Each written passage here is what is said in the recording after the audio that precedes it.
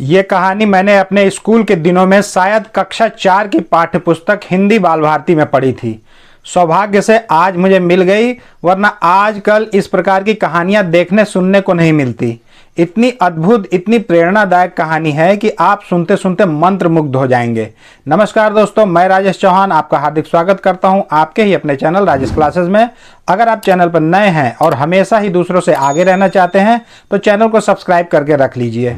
आज आपको एक लाइफ चेंजिंग सीख तो मिलेगी ही, साथ ही इस कहानी के माध्यम से आप बेस्ट इंग्लिश नॉलेज भी पाने वाले हैं, जो कि इंग्लिश के मामले में भी आपको दूसरों से बिल्कुल अलग बनाएगा। चलिए आज की इस बेहद रोचक कहानी को शुरू करते हैं। आज की कहानी का शीर्षक है the birds in the field. Field मतलब होता है खेत, फील्ड मतलब मैदान या क्षेत्र भी होता है, लेकिन यहाँ पे इस कहानी के हिसाब से इसका मतलब होगा खेत। बर्ड्स, बर्ड्स मतलब पक्षी, पक्षी खेत में पक्षी। वंस, वंस मतलब एक बार। There was a beautiful corn field. एक बहुत ही खूबसूरत, ब्यूटीफुल मतलब बहुत सुंदर, बहुत खूबसूरत कॉर्न फील्ड था। कॉर्न मतलब होता है मक्का, मकई, तो मक्के का खेत था। एक बहुत ही सुंदर मक्के का खेत था। यहाँ पे देयर इंट्रोडक्टिव वर्ड के रूप में है, जिसका उच्चारण हम नहीं करेंगे। It was so lovely that a lark decided to make her nest there. यह सो लवली बहुत ही प्यारा था। सो मतलब बहुत, सो मतलब तो इतना भी होता है, इसलिए भी होता है, लेकिन इस सेंटेंस के हिसाब से इस सो का मतलब बहुत होगा। तो वह बहुत ही प्यारा था कि, दैट मतलब कि, जो कि, दैट मतलब वह भी होता है, लेकिन सेंटेंस के हिसाब से इसको हम बोलेंगे यह इतना प्यारा था कि अ लार्क डिसाइडेड, एक लार्क पक्षी डिसाइडेड तय किया, डिसाइड मतलब निर्णय करना, तय करना, तो निर्णय लिया, फैसला किया, to make her nest there, वहां पे अपना घोंसला बनाने का निर्णय लिया। ये नेस्ट, NEST, नेस्ट मतलब होता है घोंसला, और NEXT नेक्स्ट मतलब होता है अगला। इस स्पेलिंग पर ज्यादा ध्यान दीजिएगा ना, नेस्ट और नेक्स्ट। नेक्स्ट मतलब अगला और नेस्ट मतलब घोंसला। तो एक मकई का खेत था और इतना खूबसूरत था कि एक लार्क पक्षी जो था वो अपना घोंसला बनाने का वहां पे फैसला किया। अबे लार्क क्या है? तो लार्क भूरे रंग की एक छोटी चिड़िया होती है, जिसको हिंदी में लवा पक्षी या भारद्वाज पक्षी या भरत पक्षी भी कहते हैं। इसकी बोली बहुत ही मधुर होती है, आप भी सुनिए।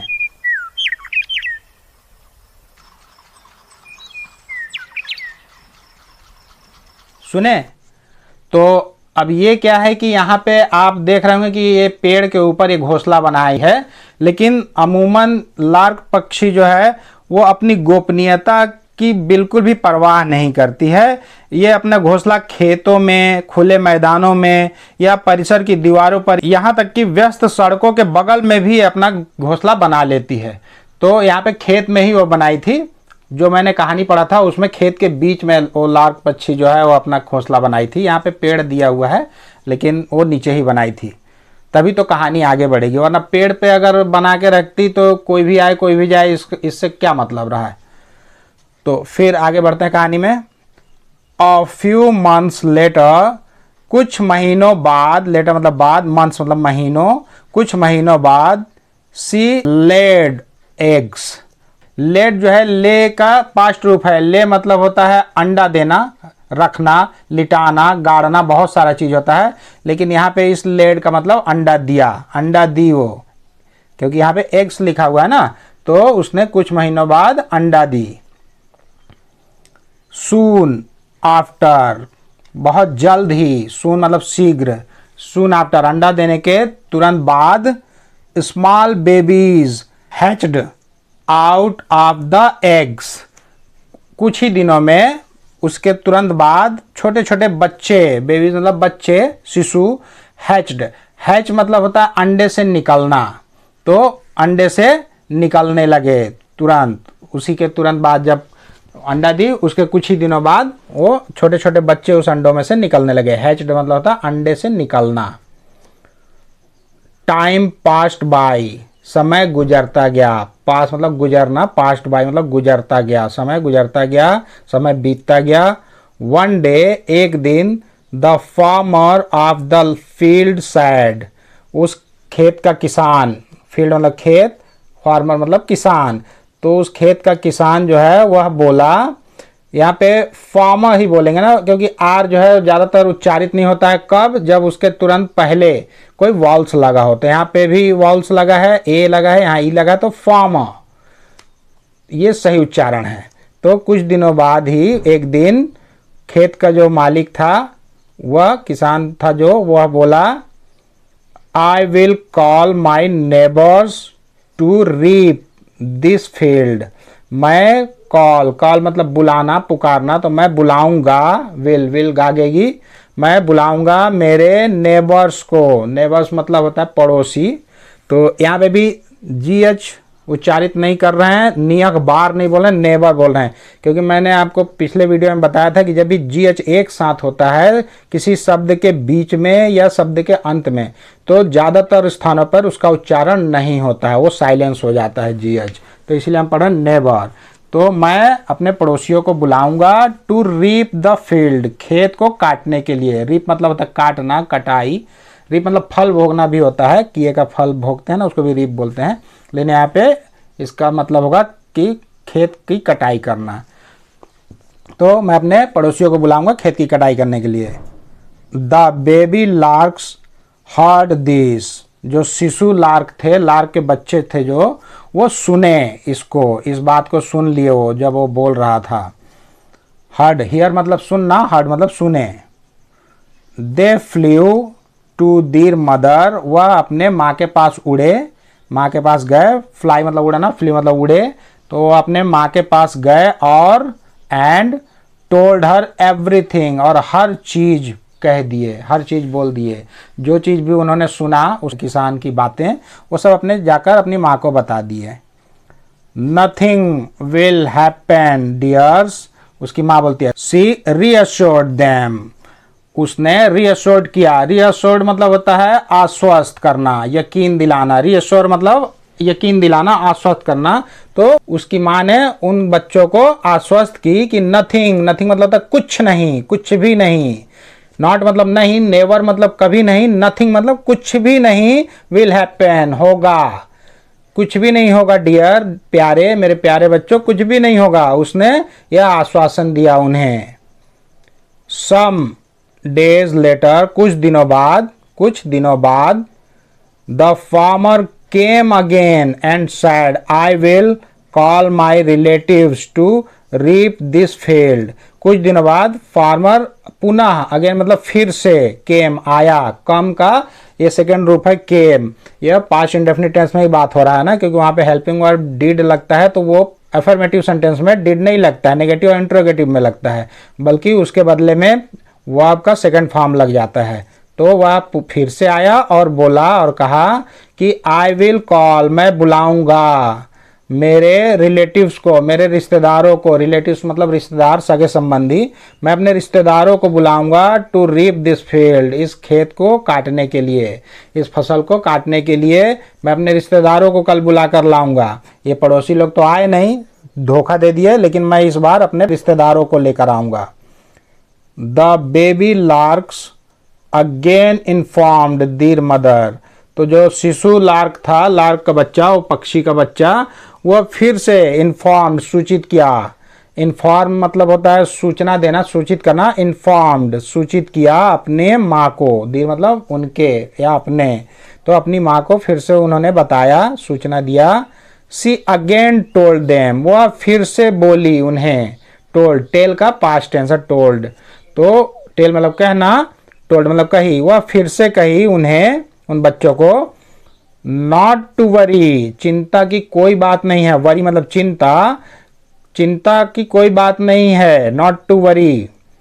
But the farmer came there again with his son and said, लेकिन द फार्मर किसान, केम फिर से आया, देयर अगेन वहां पे किसान फिर से आया, विथ हिज सन अपने बेटे के साथ, विथ मतलब साथ में, अपने बेटे के साथ आया और बोला, I will reap this field tomorrow, मैं खुद इस फील्ड को रिप करूंगा, काटूंगा, इस खेत को मैं कल खुद काटूंगा।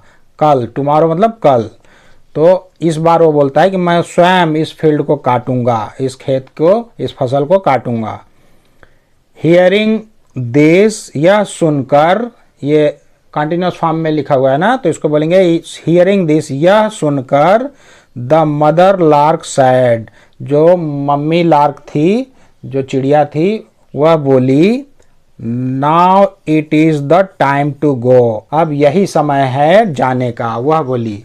तो इसके बाद तो यहाँ पे डायरेक्ट बात यहाँ से दूसरी जगह चली गई, लेकिन जो मैं पढ़ा था उसमें जो चिड़िया के बच्चे वो हैरान होकर पूछते हैं कि इस बार ऐसा क्या हुआ माँ जो खेत छोड़ने को तैयार हो गई।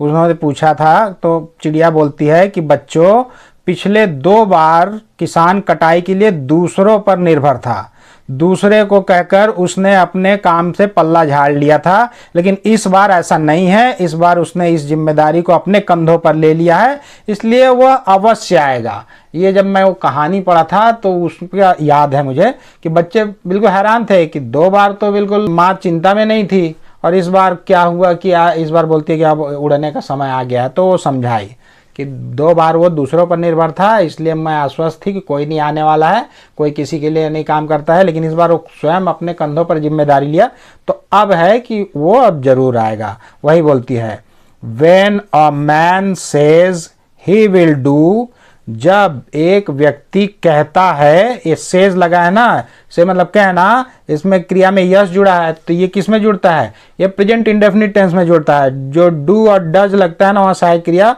वो न लगकर पॉजिटिव सेंटेंस में वहां पे क्रिया में यस या ईएस जुड़ जाता है, एक वचनकर्ता के साथ ना, बहुवचन के साथ जो है ना वो वर्ब का मेन फॉर्म ही लगता है। तो बोल रही है उसकी माँ कि जब एक आदमी यह कहता है he will do the work himself, himself मतलब वह स्वयं वह काम करेगा, खुद से वह काम करेगा, he will certainly do it, वह इसे निश्चित रूप से, सर्टनली मतलब निश्चित रूप से वह इस काम को करेगा ही। ये उसने बोला अपने बच्चों को कि अब समय आ गया है कि अब उड़ जाते हैं, क्योंकि इस बार वो स्वयं खुद से ये डिसाइड कर लिया है कि मैं इस खेत को काटूंगा। तो मोरल ऑफ द स्टोरी ये है इस कहानी की, नैतिक शिक्षा ये कहती है कि डोंट फियर एम्प्टी थ्रेट्स, मतलब मत डरो, डू नॉट फियर। डोंट जो है डू नॉट का कॉन्ट्रैक्शन फॉर्म है ना, मत डरो एम्प्टी थ्रेट्स, खोखले धमकी से, खोखली धमकी से, थ्रेट्स मतलब धमकी होता है, एम्प्टी मतलब खाली, खोखला, तो खोखली धमकी से कभी मत डरो। तो इस कहानी के मुताबिक यहाँ पे तो मोरल ये दिया हुआ है, लेकिन मुझे इस कहानी से ये शिक्षा मिलती है कि अपना काम खुद करो, दूसरों की सहायता लेने में कोई बुराई नहीं है, किंतु सिर्फ उसी पर निर्भर रहने से कुछ नहीं होने वाला। आपको स्वयं अपने काम की जिम्मेदारी लेनी होगी, दूसरे भी उसी की मदद करते हैं जो अपनी मदद खुद करता है। याद रहे, जब आप स्वयं कुछ करने की ठान लेते हैं तो हालात भी आपके संकल्प के आगे घुटने टेक देता है। स्वामी विवेकानंद जी ने भी एक बार कहा था कि उठो, जागो और तब तक मत रुको जब तक लक्ष्य की प्राप्ति न हो जाए। तो इन्हीं शब्दों के साथ इस वीडियो में आज के लिए बस इतना ही। यदि आज का लेसन आपके जीवन में जरा सा भी वैल्यू ऐड किया होगा तो कृपया वीडियो को लाइक करें, चैनल को सब्सक्राइब करें और बेल आइकन को प्रेस करके ऑल पर जरूर सेट कर लें, ताकि मैं जब भी इस तरह के कोई वीडियो अपलोड करूं तो उसका नोटिफिकेशन सबसे पहले आपको मिल सके। तो बहुत जल्द मिलते हैं एक और मजेदार और ज्ञानवर्धक वीडियो के साथ। तब तक के लिए आप लोग अपना ध्यान रखें, खुश रहें, मस्त रहें, स्वस्थ रहें। नमस्कार।